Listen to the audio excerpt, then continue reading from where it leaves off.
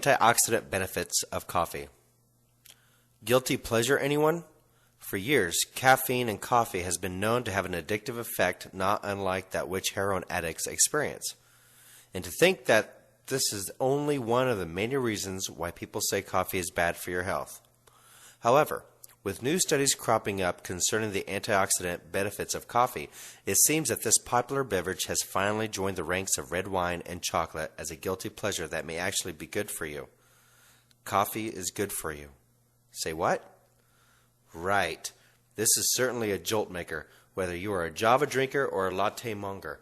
Apparently, not only is coffee a great way to get that fix in the morning, but a cup or two can actually be healthy.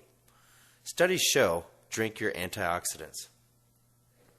Whenever someone mentions antioxidants, the first thing that comes to mind are huge capsules mega loaded with vitamins like C, E, and A.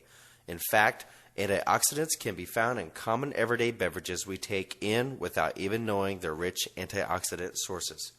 The three common beverages the average American consumes on a daily basis includes tea, cocoa, and coffee, and there's every reason to assume, with what the English termed as a coffee phenomenon in the U.S., that coffee is the most widely consumed of the three. Research has shown that oxidation of cholesterol-rich, low-density lipoproteins, LDLs, the so-called lipoproteins, contributes to their transformation into fatty plaque. This would then lead to the development of artery-clogging plaque, resulting to many degenerative diseases, not least of which is heart disease and high blood pressure. In order to test the potential benefits of dietary antioxidants, scientists measured their ability to protect LDLs from oxidation. Using this method, previous studies show that dark chocolate triggers a number of beneficial changes that would appear to slow the ravages of atherosclerosis.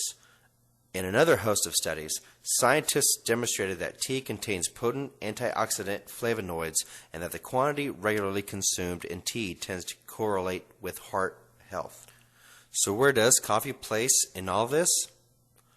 Better than tea. In a study entitled Comparison of the Antioxidant Activity of Commonly Consumed Polyphenolic Beverages, Coffee, Cocoa, and Tea, prepared per cup serving, published at the July Agricultural and Food Chemistry, Nestle's Miriam Rochelle and her colleagues had a grand time brewing strong cups of coffee and tea and mixing cocoa powder into hot water to make hot chocolate. Their goal was to find out how coffee and tea stacked up against conventional antioxidant sources. After mixing the drinks, the scientists collected blood from healthy volunteers and filtered out the plasma containing LDL particles. In each run, a sample of these LDLs was incubated with a small quantity of beverage. Afterwards, a known antioxidant was added to the mix. Now comes the comparison. Compared to LDLs treated with the antioxidant alone, those mixed with the beverage experienced less oxidation. The protection afforded by each beverage was indicated by the time it took the LDLs to oxidize. The longer the lag time, the better the protection. In this experimental setup, coffee protected LDLs for 5.0 to 16.0 hours.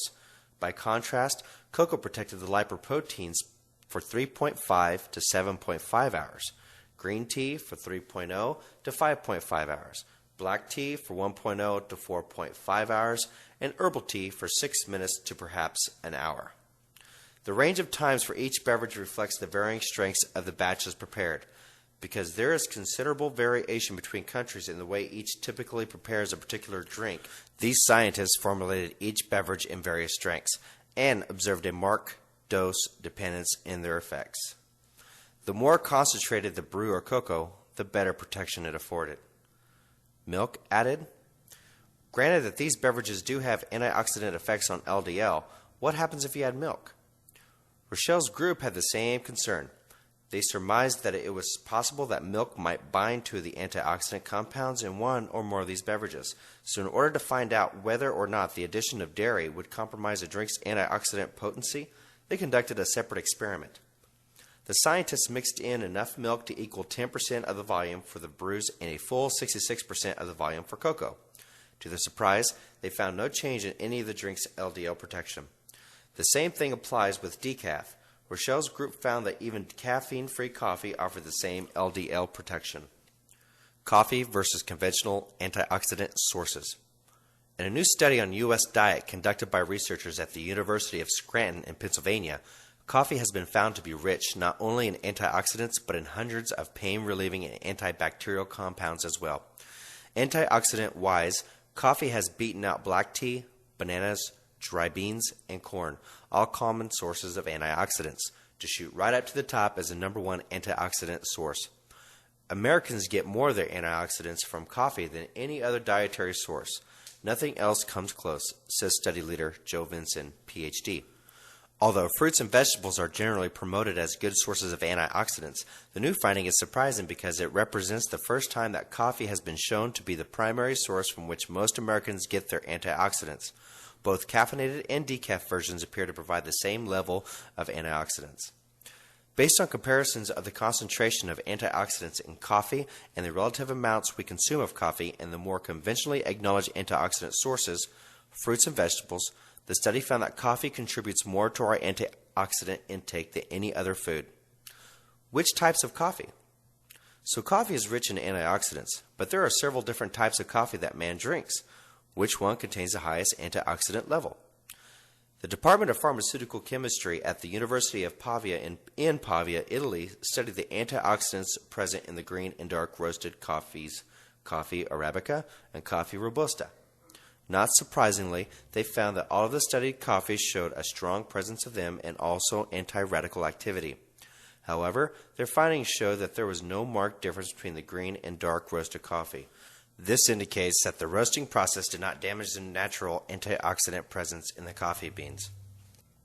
In another study, the School of Food Biosciences at the University of Reading, White Knights in Reading, United Kingdom looked at the effects of roasting coffee with the goal of finding out the negative effects on antioxidant presence.